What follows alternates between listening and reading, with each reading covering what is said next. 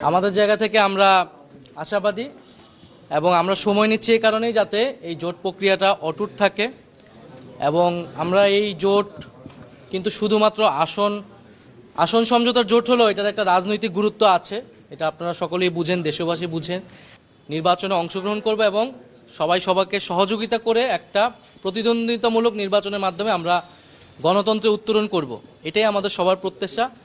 একটা যেহেতু খুবই অল্প সময়ের মধ্যে এই জোট প্রক্রিয়াটা একটা নতুন দিকে যাচ্ছে, সেহেতু হয়তো একটু মতভিন্নতা থাকতেছে, আমরা সেগুলো আলোচনার মাধ্যমে সমাধান করছি। আমরা শেষ পর্যন্ত চেষ্টা করব এই জোট যাতে অটুট থাকে, তবে যদি কারো ভিন্নতা থাকে কিন্তু আমাদের এই জোট প্রক্রিয়া এগিয়ে যাবে।